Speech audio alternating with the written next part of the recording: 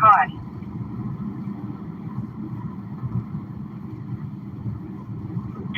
RP is going to be John Charles David 4736. John Charles David 4636.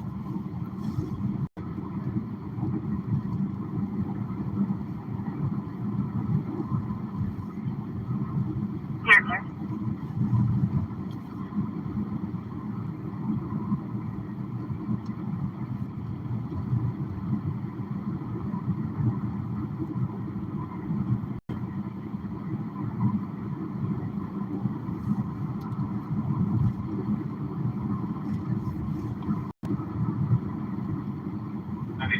Centaur.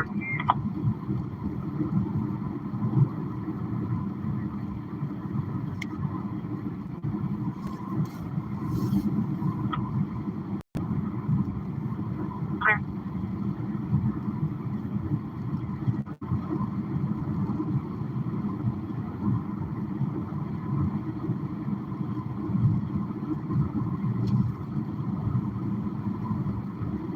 You played that live video.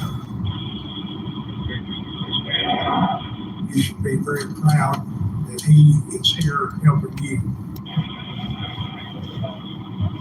Welcome back to the Lackluster channel. Back in 2017, Patricia Wilson was driving to work when she was pulled over by Trooper Isaiah Lloyd with the Tennessee Highway Patrol for an alleged seatbelt violation.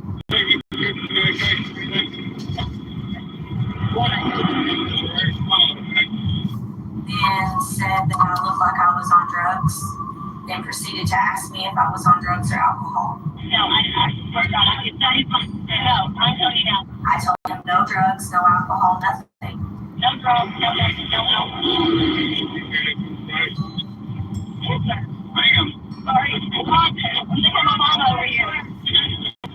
I do no drugs, no nothing. Trooper Lloyd launches into a DUI investigation, asking questions about prescription medications and continuing an nystagmus test, alleging that Patricia's pupils were pinpoint. No,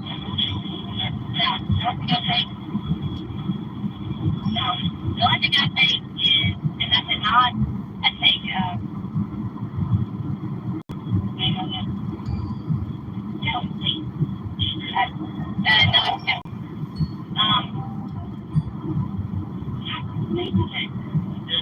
I mean, it's not something that I take every day, but I normally have to take it every other night, but I don't take any kind of narcotic or anything else.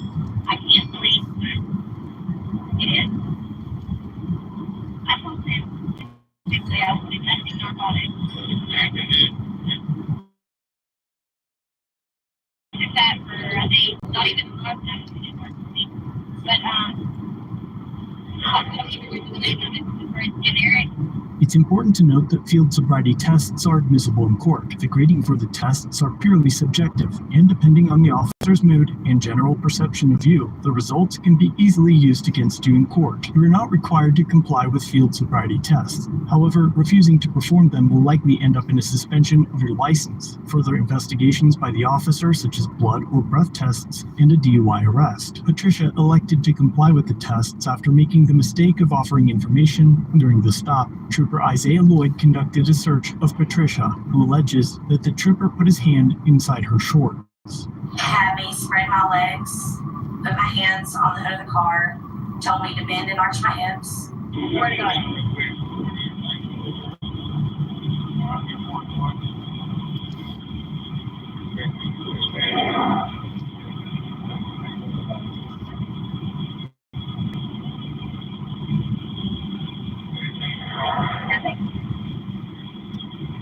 I've never had anything like this happen, and I mean, I was completely humiliated being pulled out of a car for the first time, being touched the way I was touched, in the areas that I was touched.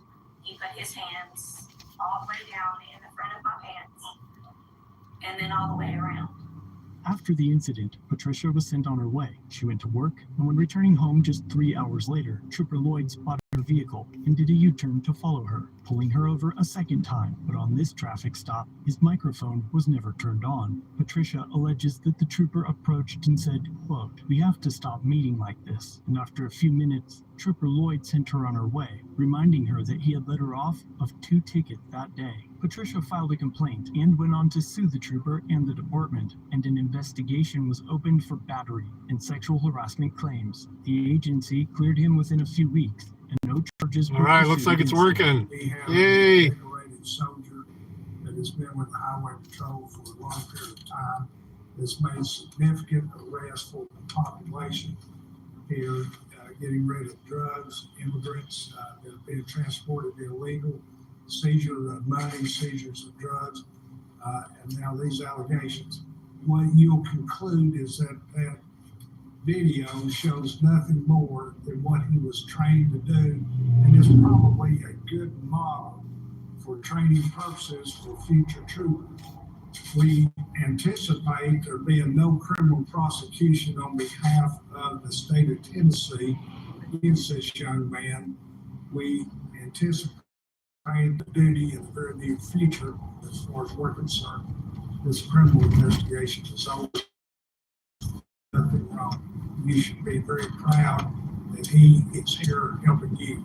The taxpayers were kind enough to pay for Trooper Lloyd's attorney for the civil suit, without their consent, of course. Speaking of consent, during his deposition, Lloyd was questioned about another complaint, in which a concerned father filed a complaint on behalf of his daughter for a similar incident. The trooper said that he had pulled that woman over for speeding, and that he put his fingers inside her waistband to search for contraband and weapons, though probable cause for either didn't exist. Rooted in the Supreme Court case of Terry v. Ohio, officer believes a person to be armed and dangerous, they can conduct a cursory pat-down of the exterior of a suspect's clothing, and in this case, Trooper Lloyd never met the legal requirements to conduct a Terry frisk, let alone something that would allow the clothing during the incident. However, the trooper does claim that he has since learned that if he is going to search under a female or anyone else's clothing without their consent, that he has to have a reason to do so, which is something that you'd imagine would be taught in the first day or so in the academy. But it later became clear that Trooper Lloyd knew nearly nothing about the Constitution or civil rights, and he believed that he was trained that a pat-down for weapons is the same for a pat-down for contraband. Even his lieutenant, Stacy Heatherly, thought that he acted appropriately and did not violate Patricia's right to be free from unreasonable searches and seizures, and she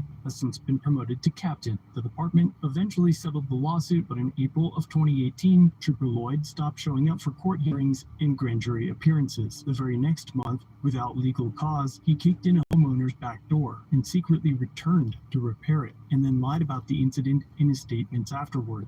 Then in July, with no training on the subject, he took over negotiations with an armed murderer, and he, along with 2 other officers, ended up fatally shooting the man, but he was reprimanded and given a 1-day suspension. 2 months later, in August, an Anderson County prosecutor insisted that he refused to prosecute any more of this guy's cases. So of course, the department just moved him to a new county, and despite all of that happening in just a couple of months, the department kept him, only deciding to fire him when he showed up for a formal disciplinary hearing in shorts and a baseball cap while chewing tobacco. It was also noted that his record had multiple policy violations for failing to record interactions and bad handling of evidence, but the Tennessee Highway Patrol just allowed him to resign instead. Later, the lawsuit settlement included a suspension of his law enforcement certification for a 2-year period, and in 2022, post-commission members reviewed this case and asked to ensure that Lloyd would be required to go through a transitory school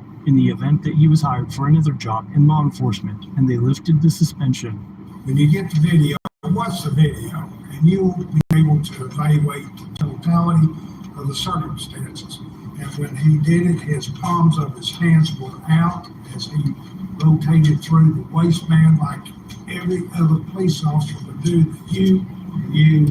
They to themselves. Watch the video, draw your own conclusions. But I wish that my prayer is that don't condemn this gentleman until you know the rest of the story. He has done nothing wrong, and I'm very honored and proud to represent him. Only Trooper Lloyd knows the intent of his actions that day, but the circumstances leave a lot of unanswered questions, especially with more than one complainant. The only thing that is certain Alright, is I'm gonna that try the to add trooper's some civil more rights were violated, and whether the coins to search was everybody. indecent See. or not, it should have never happened in the first place. It's also clear that the Tennessee Highway Patrol failed to train their troopers adequately enough to prevent their constituents from being forced to pay for a tax I think the tyranny, minimum such you as could this. gamble is 10.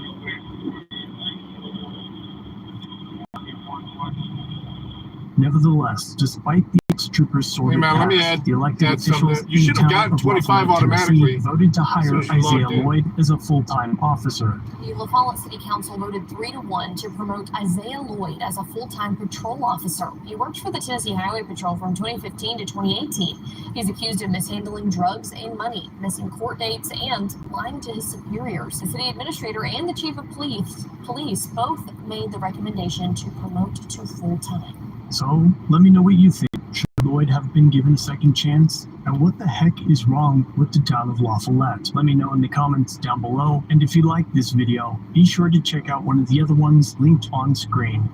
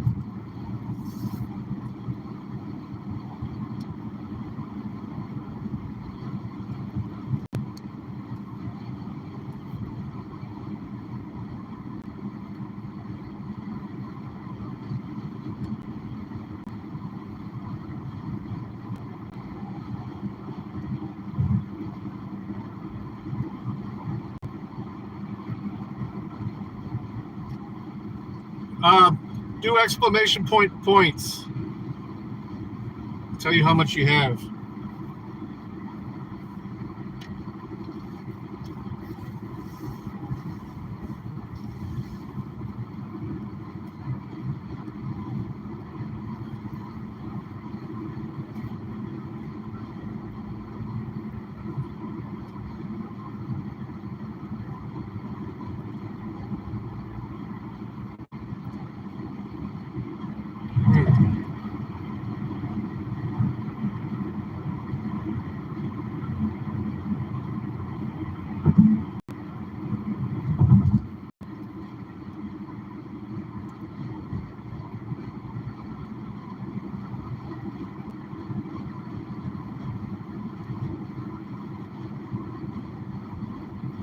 Should have 100 now. At least.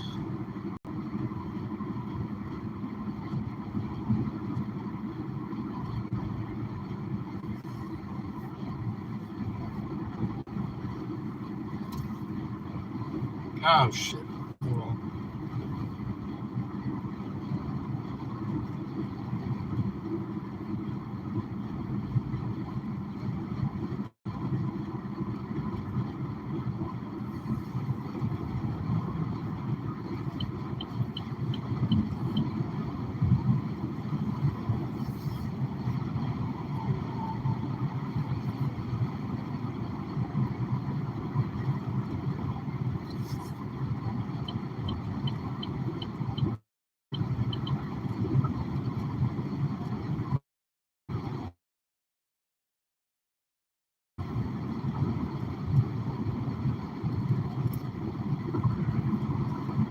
All right, you're up to 150 now, IVA.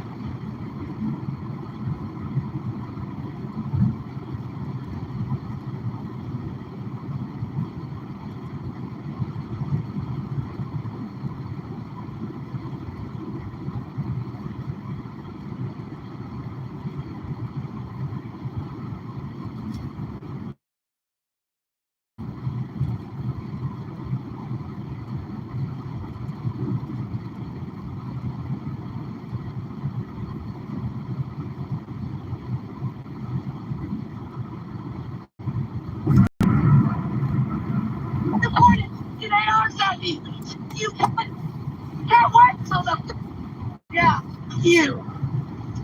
So that's the end of the video. So let me just show you a couple of interesting comments underneath the original video. Lackluster says, I'd love to learn more about this. I'd like to see Lackluster's take on this. This guy right here says, officer safety definitely includes blocking cameras, deleting footage, losing their cameras, charging you $2,500 for a copy. It's on this channel, and I don't know exactly who coined the phrase. I think it was David from Silicon Valley Transparency, but officer safety is cowardice. Public safety is bravery and heroism. This guy right here says, covering the camera has nothing to do with officer safety. It has everything to do with trying to conceal your identity so you can get someone to come out of the residence and do what to them? And trample their rights and take away their freedoms, which equals taking away their lives. Oh, there he is. Love the homeowner's response. If the cop actually did have a warrant, she would have left. I agree. But you know, here's the dangerous thing about this video right here, is that cops do not like to be talked to like this. This is an ego thrasher. This right here bruises brittle cop feelings. I have no doubt that they will be back, probably actually with a warrant. They'll probably show this video footage to the judge, and the judge will be like, hey, they can't talk to my enforcers like that. We're going to have to do something about this. And they probably will, and they probably won't be voted for the week. So I wanted to get this out there because I wanted to show you the perfect example of why people have a great disdain for cops. This lady did nothing, if you can call her that. This woman did nothing but lie to the homeowner in an attempt to get her to come out of their house so that they could trample her life, her liberty, and her pursuit of happiness. That's my take on it. What's yours? Leave your thoughts about this for the world and the Global Thought Police in the comments section. Nice. Remember, freedom is dangerous. It's always going to be dangerous, but I'd rather have dangerous freedom over peaceful slavery any day of the week. If you want to support the channel, one of the best things you can do is give this video a like, share with everybody you know, and remember, if you don't stand on and use your rights, you will lose them. I'll see you in the next video.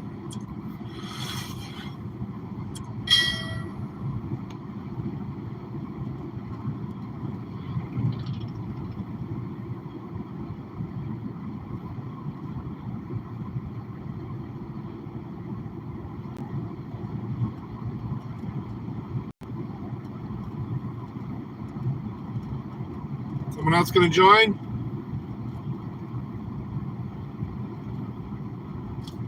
Do a heist, Jared.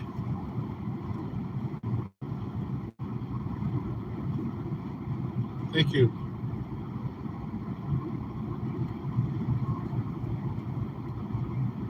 There you are. All right.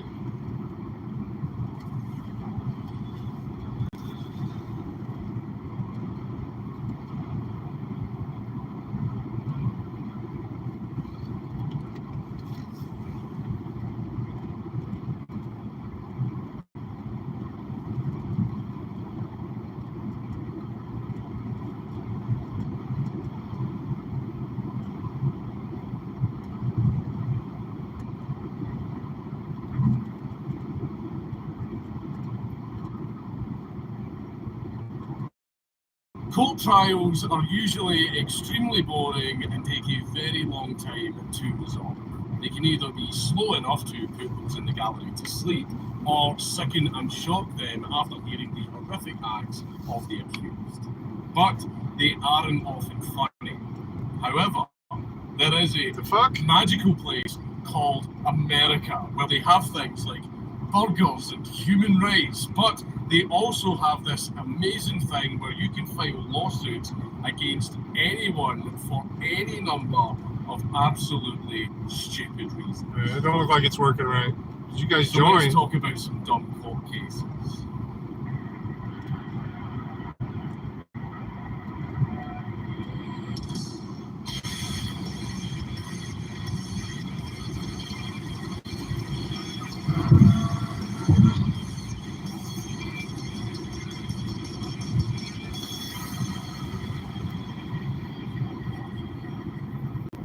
Please leave a like and a comment on this video because it really helps me in the algorithm. But before we get started, this video is brought to you by Raycon. With Raycon earbuds, you can instantly improve your listening experience with stunning quality at half the price of other premium audio brands. And you can customize it however you like. This year, Raycon is celebrating its 6-year anniversary with a sale. Raycon has grown a lot over the past year with the introduction of Raycon Home and Raycon PowerTech, so there is a lot to celebrate. The new everyday earbuds are better than ever, with an aesthetic rubber look in multiple colours and a feel that is both sleek and discreet, as well as including multiple optimised gel tips to provide that perfect fit for all-day maximum comfort, high-quality sound and security regardless of the shape or size of the ear. Raycon everyday earbuds are more versatile than ever with a built-in mic that allows you to take calls with the push of a button. They are also compatible with assistants such as Siri and Alexa and include 3 easy-to-toggle audio profiles for you to customise to your liking. There is also a noise isolation and awareness mode for audio transparency when you need it. Raycons also offer 8 hours of playtime and a 32-hour battery. People like them so much that Raycon has gained a massive 78,000 5-star reviews on their site. I use my Raycons every day while travelling or just for a bit of background noise while I'm doing some work. I use awareness mode, which often allows me to hear my music without Yeah, I'm gonna switch to them. which is essential for work. As I mentioned earlier, Raycon is now 6 years old and they would like to celebrate and thank everyone for their support by offering 20 to 40% off site-wide. So, if you want to get some top-tier earbuds and also support the channel, click the link in the description down below or go to buyraycon.com/dankula. Shit, I didn't put in them out. I was like, why ain't this working? To get a huge deal off of your order. To start us off, Gloria Sykes had moved to San Francisco to become a dance instructor. And in only 2 weeks of living there, she had a life-changing incident. She claimed that she was a God-fearing woman and lived an extremely modern lifestyle. And to get around town, she would use the famous San Francisco cable cars. One day, while travelling on Chestnut Street, the cable car had actually lost its grip on the cable, and since it was moving uphill, it quickly started to roll backwards. People were panicking and started jumping off into the street until eventually the automatic braking system kicked in.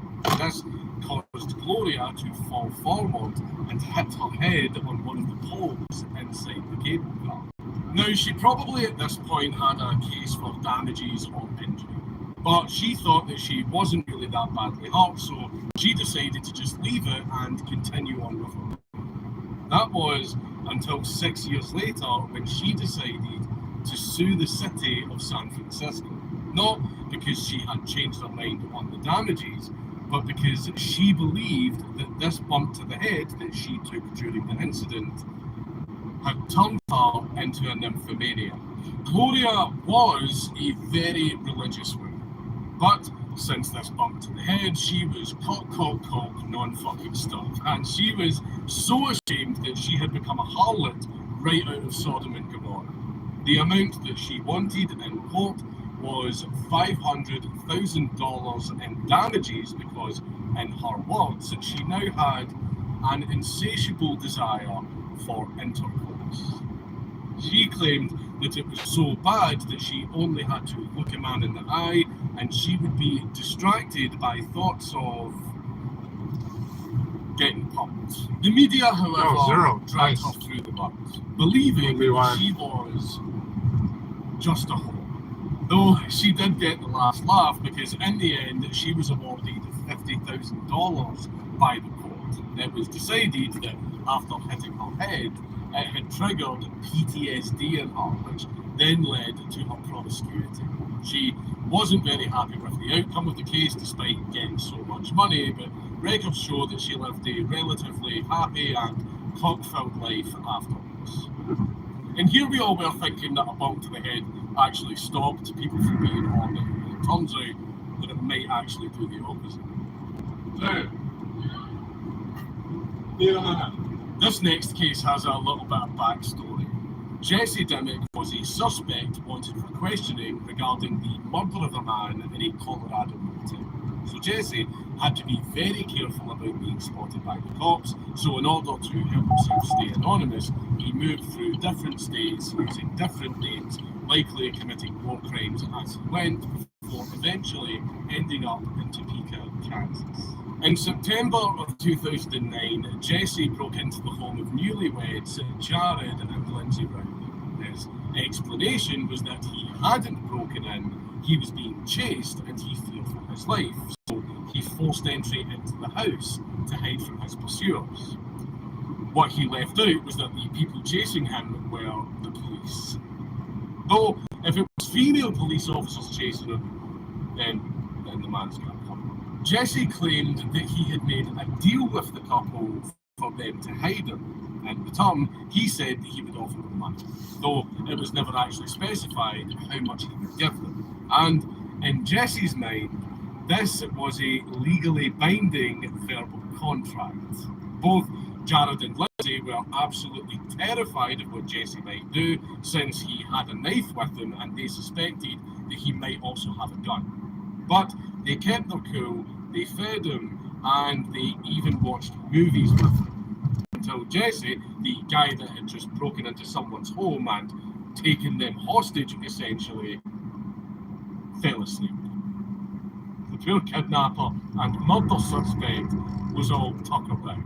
The couple took this opportunity to escape, luckily with no harm done to them. Jesse had a surprise wake-up call when the police showed up to arrest him, though he didn't go easily and he ended up getting shot and was sent to hospital.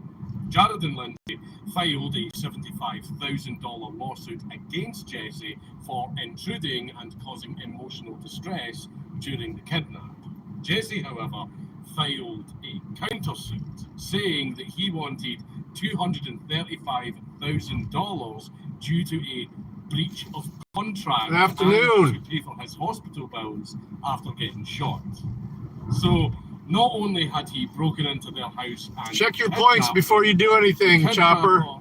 If you need some, I'll send you some. His hostages for his, Just do that exclamation point his points. failed.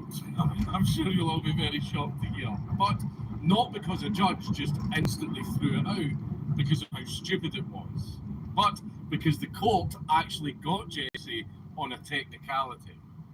He didn't specify the exact amount of money that he would pay them in the deal, which is required for something to be considered a verbal contract. And even if it was a verbal contract, it was made under duress because he had a fucking knife. Jesse was convicted in May of 2010, and he was handed a sentence of 10 years and 11 months for 4 felonies, 2 of which were kidnapping. He also was being charged with murder after being transferred to a Colorado jail, but it seems that case is still ongoing. This next case involves some terrified and confused employees of a bank in 1995 because a guy armed with a pistol came in to rob the bank. The robber's name was Klaus Schmidt, and during the theft, the staff started to notice that he was acting very strangely. When the staff asked him if he wanted the money to be bagged, he responded by shouting, "You're damn right it's a real gun," which everyone found a little bit confusing. Thinking that this was a sign that he was psychotic and fearing for their lives, the staff did exactly as he asked, until they noticed that Schmidt wasn't responding properly to any audio cues. They then realised that this man robbing their bank was completely deaf. The employees then realised that even though the bank didn't have a silent alarm, they could trigger it anyway. Because how the fuck was he going to? So they triggered the alarm, which was piercingly loud and alerted the entire local area that the bank was being robbed. But hilariously, Schmidt had no idea. He just continued shouting threats like, "I am a trained killer, I am a trained killer," while not having any idea that the cops were now on their way. The police showed up, and finding a negotiator who knew sign language would have been a huge bomb. But luckily, they didn't need one. Since the guy was completely deaf, the cops literally just snuck up on him and jumped him because he couldn't hear them coming. He was taken to the ground and was immediately arrested. Schmidt then filed a lawsuit against the bank and the police for ableism, claiming that they took advantage of him being deaf to thwart his plans. You were robbing a fucking bank, mate. The case was thrown out. Next up, Emil Rattleband, age 69, wanted to legally change his birth date by 20 years to avoid discrimination due to his age. His doctor had told him that his biological age was around 42 years. Emil said that we live in a time where you can change your name and change your gender. Why can't I decide my own age? Though when he took it to court, they disagreed since there was no legal basis to make such a change like that, and also many laws are based on someone's age. He was then told that he has the freedom to feel 20 years younger and to act that way if he so chooses, but his age would legally remain the same. I think that's a very sensible position. For many things. You would think that that would be over and done with, but after comparing himself to transgender people, he really kicked the hornet's nest. He was invited on shows to apparently talk about his case regarding his age, but all of that was really just a smokescreen to get him into an argument with transgender activists. I mean, you don't really need a smokescreen for that. That shit is literally the easiest thing in the world. Simply exist and be white and straight. That's all you need. Want to make a trans person angry? Exist. In another case, a federal jury awarded Jeffrey Klein and Brett Bardwell millions of dollars for being injured while trespassing. Klein had suffered burns that covered 75% of his body, and Bardwell 12% of shenanigans by trespassing on a rail track and climbing on top of a parked boxcar so that they could get a nice view of the city. Seems like the kind of thing that teenagers would get up to, and if the events that followed hadn't happened, they may have looked back on this as a nice, fond, wholesome memory. But, and I am sure every single one of you figured out exactly where this story was going, Klein touched an exposed wire, and this wire sent 12,500 volts of electricity through his body, which actually set his clothes on fire. His friend Bardwell then suffered burns himself trying to put the flames out on his friend's body. During the trial in 2006, it was deemed that the company that owned the track, Amtrak and Norfolk Southern Corporation, hadn't put up enough signs warning of the danger, and the ages of the teens were taken into account since they were both 17 at the time. The money awarded in the case was for medical costs, pain and suffering, and loss of life pleasures. The jury had awarded Klein and Bardwell $4,375,000 in punitive damages against Amtrak and $1,875,000 in punitive damages against Norfolk Southern, which is an amazing payday if you didn't have to live the rest of your life as the bump man. However, let's acknowledge that both of these teenagers were absolute fucking morons. We can't expect sins to do all of them. Now for a case that all of you have heard of. Stella Liebeck ordered a coffee from a McDonald's drive-thru window and accidentally spilled it onto her lap while her grandson was driving. This might seem like something that unfortunately happens to everyone, except in this case, the coffee was overheated and meant that Stella had to be rushed to hospital. She spent 8 days in there to undergo skin grafting. Yes, it was that bad. You can find actual pictures of it online, but I can't show them here, and to be honest, I don't think I want to. That day, Stella had worn cotton trousers, which had absorbed the scalding hot coffee and basically melted them to her skin, which led to her receiving third-degree burns on around 6% of her body. She lost a fair amount of weight when she was in the hospital, and she needed help for a few weeks from her daughter, and she was now permanently disfigured, and she was also disabled for 2 years after the incident. Initially, Stella asked McDonald's for $20,000 to cover her medical bill and also her daughter's lost income from the time she had to take off work to take care of her mother, which you would think would be perfectly reasonable. But as you would expect from any heartless corporation, they refused her settlement and offered her a measly $800. So the only option then was to take them to court.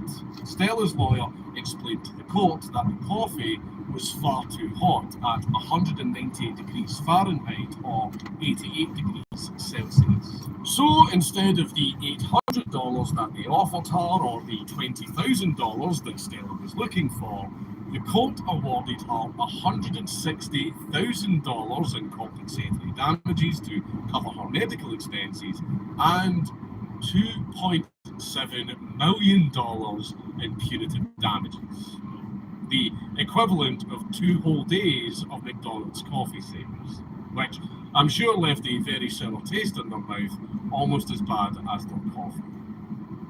Who the fuck is still buying coffee from McDonald's? But it seems that there was a little bit of fuckery in regards to this case. Stella is very often derided and mocked for being so stupid because, of course, coffee is hot. And this particular case is very often used as an example of America's crazy "I'm going to sue you" culture. And the entire thing paints Stella as a stupid, litigious person who gained a lot of money from her own stupidity. However, the reason that most people think that about this particular case is because allegedly, McDonald's did a little bit of PR and media wizardry to make it seem that way so that Stella would be demonized and painted as an idiot to make McDonald's look like they weren't at fault, when they did make the coffee way too hot. In 2006, a man from Portland, Oregon, named Alan Heckard tried to sue Michael Jordan as well as Nike co-founder Phil Knight for promoting Michael Jordan's face. The combined amount that he was looking to get in the trial was $832 million for personal injury, emotional pain, mental distress, and suffering. Now, you're probably thinking that Michael Jordan must have done something pretty serious to this poor man. Well, he seemed to think so.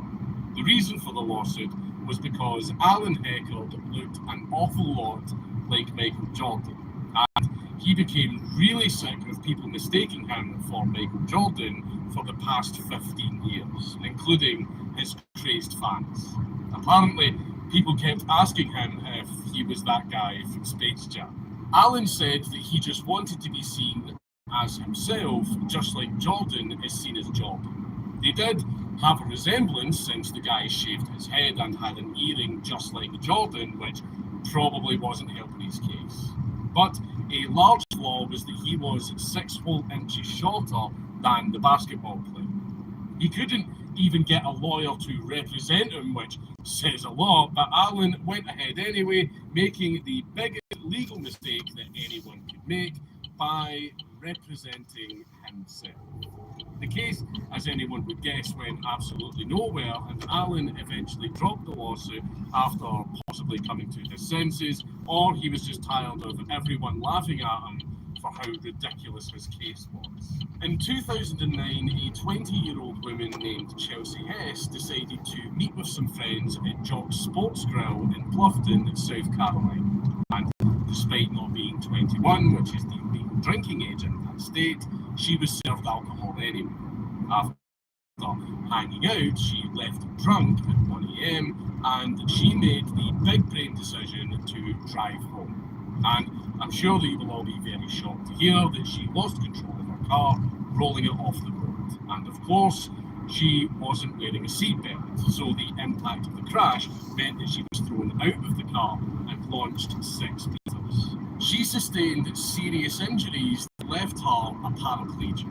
But Chelsea refused to take any of the blame for her bad choices and instead decided that it was the fault of the Sports Grill because, after all, they had forced all of those drinks down her throat and then explicitly told her to drive home drunk without seatbelt.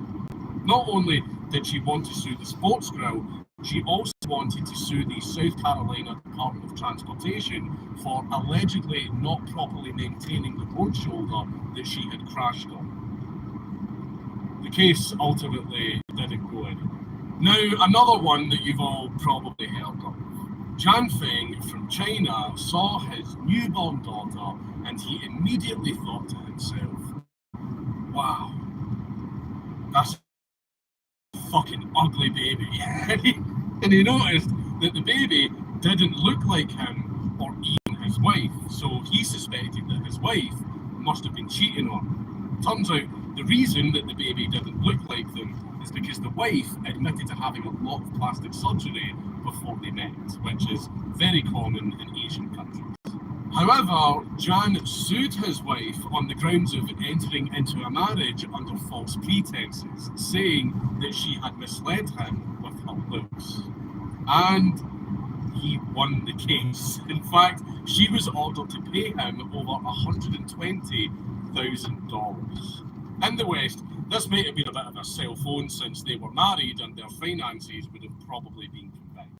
There is some debate over whether or not this story is fully real, since getting accurate news out of China is pretty difficult, and it may or may not have happened, or it did kind of happen and the story has just been greatly embellished. A lesser known story is that of a 27-year-old man from Michigan who had a fender bender with a guy in a pickup truck. He took the driver to court, not because of the accident or for any damages to his vehicle, but because he said that the man that had rear-ended him had turned him gay. I mean, maybe it works like that, I've absolutely no idea, but he claimed that after the accident, he just couldn't stop going to gay bars. And I think he was trying to blame a possible head injury from the accident for his new behaviour. You would think that he would have just been laughed out of the courtroom, but by some miracle, he was awarded $200,000. I mean, if you become gay after a guy rear-ends you, then I think it's because you liked it. Robert Lee Brock, while serving a 23-year sentence, sued himself for $5 million because he violated his own religious beliefs, became a drunk, and got himself arrested. This sounds extremely stupid, but it was an attempted finesse. Turns out Brock was actually trying to be clever since he had no money while he was in jail. But he was a ward of the state, meaning that if he won against himself, the state would have to be the ones to pay the money out to himself. Clearly, he's an absolute mastermind, but the case was obviously seen as a mockery and was quickly dismissed. Another theory was that he was trying to make himself look kooky-boo and absolutely nuts so that he would be transferred to a psychiatric hospital, but he never got his transfer or his money. In fact, prison inmates very often start ridiculous lawsuits. Convicted murderer and rapist Lawrence Whitaker tried to sue the prison as he was absolutely distraught after being served a soggy sandwich and a broken cookie at San Quentin prison. In New York, at Sing Sing prison, inmate Joseph Gonzalez said that he had suffered insomnia and migraines after receiving a defective haircut.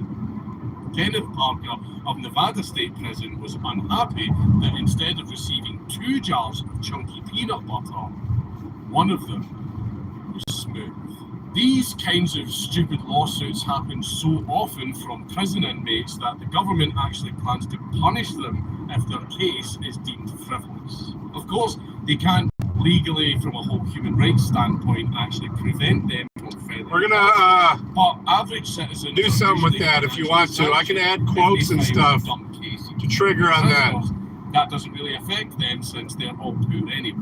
So, if the lawsuit is some frivolous bullshit, the government quotes work actually more time onto the prisoners' sentences. In 2015, Jennifer Connell attended the birthday party of her 8-year-old nephew, Sean Talley.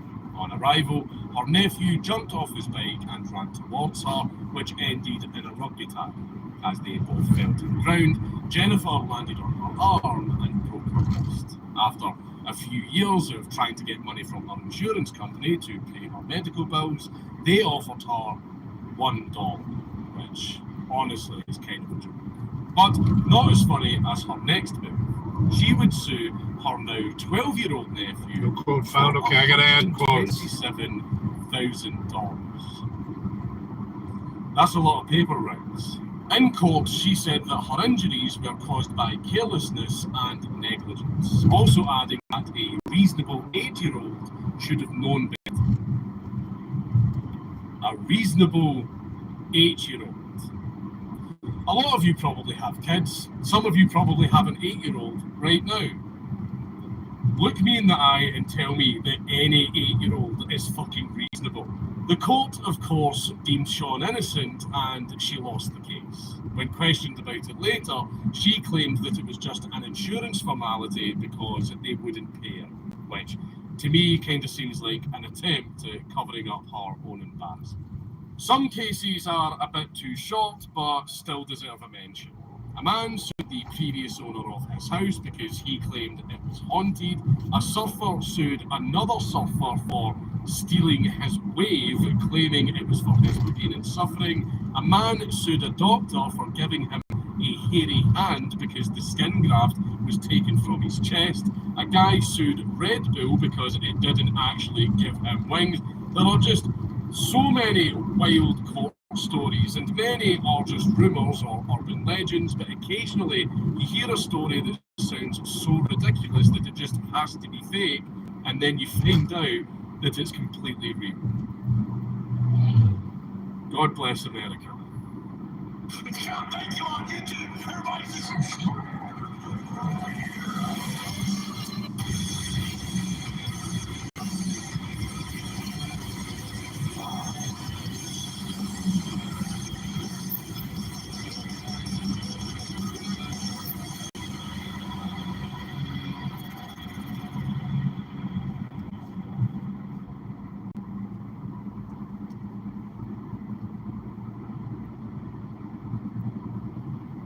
QR code to the StreamYard sticker underneath Benny. Let's go. Fire it up. We're on one of these walls right here that we can see.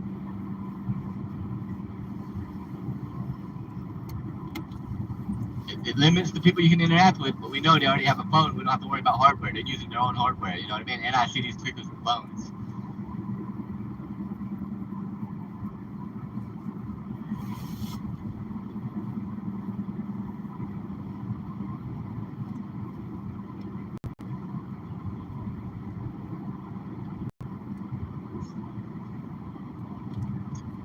Yeah, it'll be cheap, feasible. Since January 2021, the city of San Antonio continues to serve the people legally traveling through San Antonio to their host city destination across the country. The Migrant Resource Center opened in July 2022 in collaboration with Catholic Charities Diocese of San Antonio as a temporary place for migrants to travel through San Antonio. The MRC is set up to receive migrants who are being directly transported from nonprofit partners in border cities. Nanobot Live? Anything good? After they are released from U.S. Customs and Border Patrol. So that's everybody. She's sitting in front of her camera. San Antonio is the nearest major transportation hub to the communities. She buys some net to watch.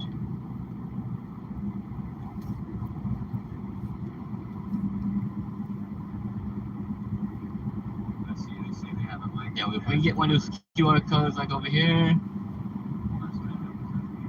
that'd be great. A sticker with that QR code on it. Scan me to get $1. One underneath Benny. We'll be in business. Arrivals. So they had 785 arrivals yesterday. Looks like they average about 850, 932, 929. The highest day I see is 1100, which was about September 18th or 19th. To give you guys an idea, No matter what. 2021, they had 312 arrivals. In February of 2021, they had 353 arrivals. In March of 2021, they had 3,273. In April of 2021, 6,730. In May, 4,260. Let's get down here. Holy cow. In August of 2023, 25,000 arrivals here at this location. This September was 24. So if they scan it a million times to get $1 million? No, we'll never pay out $1 million. Nah, fuck that. Fuck that shit. We'll interact with like 1 or 2 people, and then we'll stop fucking interacting with people. They're just gonna scan it. It's just gonna be a fucking blank burger. We're gonna pay out $1 million. We'll pay out like $3, man. 4,900. Maybe 4. We'll pay out like $4. Updated October. They can't just keep rescanning that shit. Get the fuck out of here. We're not gonna pay out. Nah, fuck that. We might pay him $1. We'll change to scan this, and you might get $1. Or scan this for a chance at maybe $2. Hang on, buddy. We'll change that, man. Fuck that million. No way, fuck that. Of migrants sheltered overnight in San Antonio. It says We're trying to get some tweakers for phone interactive. San Antonio for the San Antonio International Airport, and City of San Antonio and Catholic Charities of San Antonio for the Migrant Resource Center. So yesterday, 926 were housed. What?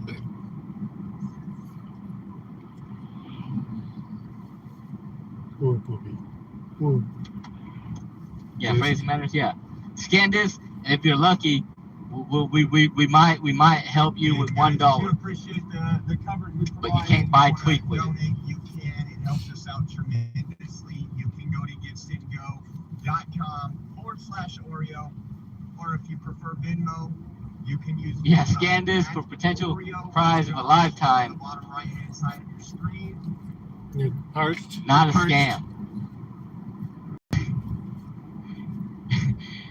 Take this 5-minute survey for a chance to win $1.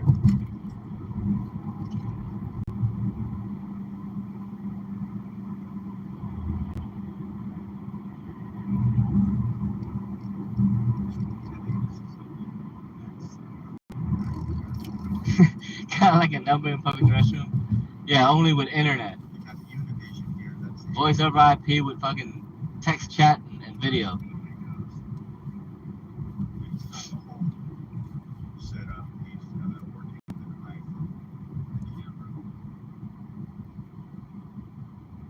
That's right. Everything's fine. We got college football tomorrow, guys. Let's kick back and drink beer. Hell yeah, I want some beers, man. That's our country. Hey, buddy. Fuck. I need a big bottle of liquor, man. I'm trying to get crunk.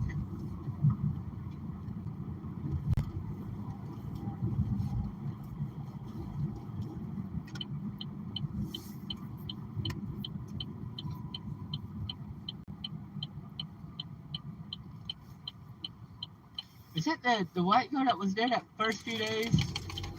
Did she show back up? Like the first few days we started watching these consistent feed. She was on the steps with Sideshow Jamal and 2 other guys just kind of chilling, smoking crack.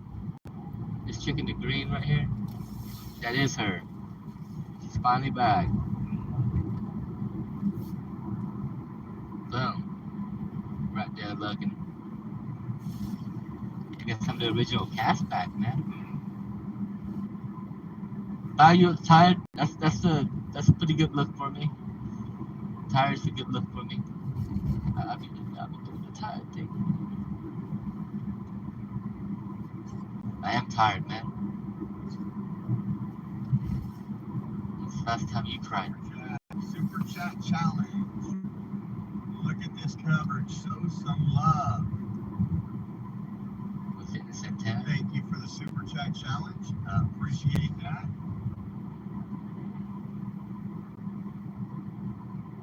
music ever made me cry.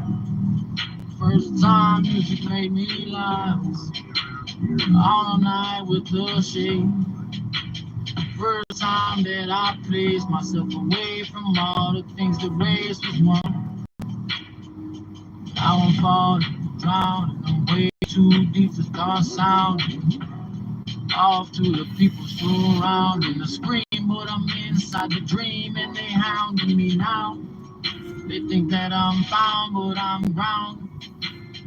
Round zero, the town is here. The tears of shit and the blood of sweat is all over the fucking people. The beers and they wanna wet they whistle so they can talk shit. Don't get to drinking so you can get a big hit. In your ego, don't look at me now, cause I'm not like a sleep fool.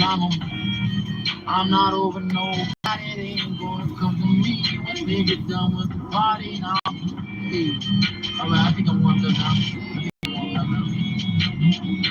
They say don't fly when the sky's so hard. I'm not warmed up yet, still shy.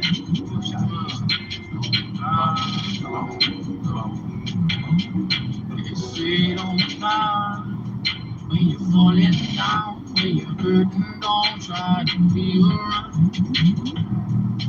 try to be down. Yeah, okay, I'm tired of holding back on y'all. I'm tired of being stuck on y'all. I'm tired of moving, tired of going. I'm tired of you and your friends and your shit that you talk when you're inside your mall and you drunk on a margarita like I'm all that you got to talk about, baby. Well, I'm all that you got to talk about. Sorry if I'm raspy, my voice is something less happy. And a bitch behind a fucking car when she think that you nappy. Bitch, I'm out here for days. I've been trying to slave. Oh, way to pay the fucking bill so you don't get in the raise. But you just fucking idiot. Should have made that easy. You've been moving around with some people, now you get less respect from you, and you dead to me. Is it you owe me all the life that you had? I ain't letting you go that easy. Oh, I ain't letting you go. I ain't letting you go that easy. So, baby, don't think that you can come at me crazy.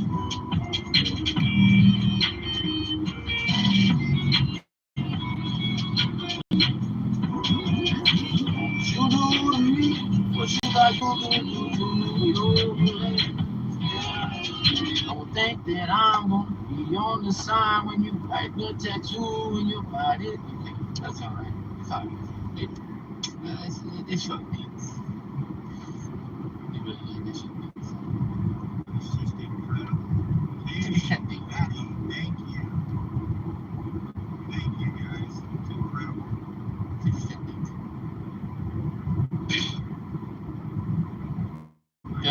The Camp 3 is, or Camp 3A is glitching a little bit. Everybody's moving. Oh shit, they're moving. They gotta move. Oh, the scallywags have to go. This is San Antonio, Texas. Jay Flow, thank you, Josh. It's hard to watch our country in shambles. Too big. Yes, thank you, Jay Flow. Thank you, Jay Flow.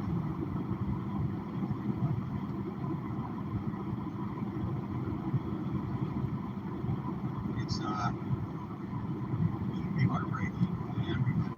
CT, thanks, Josh. FJB, yes. Who free base? You know, Joe Biden isn't on the streets. We know that, but he's the face.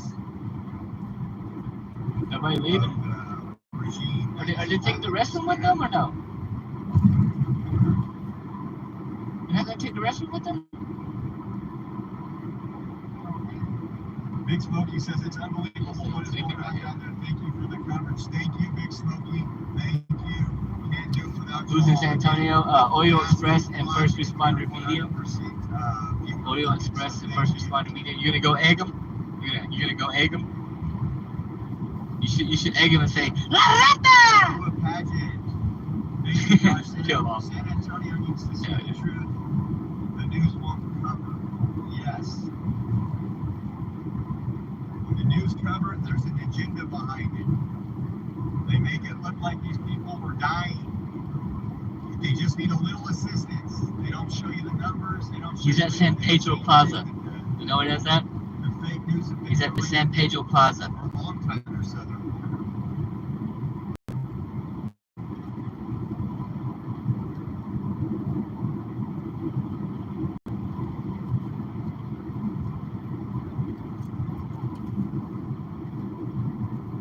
Oh, Bendy Next is on his way up too. Oh, nice back there. Why is everybody moving? Why is everybody moving? Yeah, well, they're not full according to your NGOs. Why are they moving everyone? So we're going to see if they're dropping, if they were given plane flights. We see it all the time in the airports. Tomorrow when we're in the airports, we won't go live, but we will be doing, we definitely will be updating on X, the platform formerly known as Twitter. We provide updates there. If you haven't followed us there, it's at Oreo Express.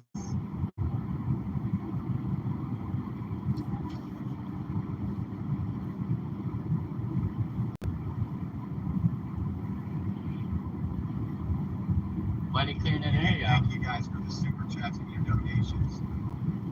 You guys. Are they doing it for La Lata? Are, only way we're going to get this stuff out there live, unedited, without an agenda.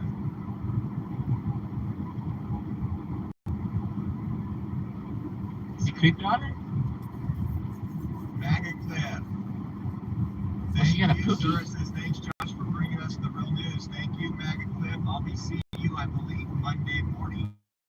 Right? I think we'll be seeing you Monday morning. Yes, we will have a live tomorrow. We will be at Oh no, she's got a needle. at that, She's about to.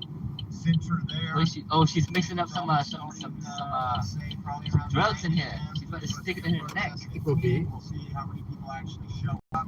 Yeah, we're almost home, guys. Live stabbing. We'll have a real live stream. I'll be able to do it from the desktop later. I just wanted to test it today while I was driving. Live stabbing. Here we go. It'll be easier to troubleshoot it and add quotes and everything else we want to do with it. Live. I don't like the fact that the Stream Elements isn't doing.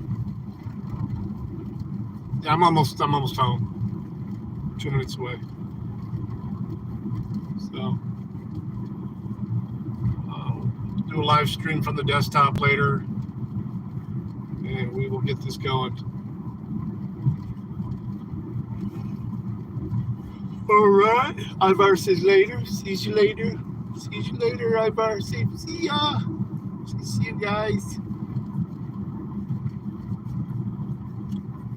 All right, thanks for riding with me. We'll get all the kinks out later.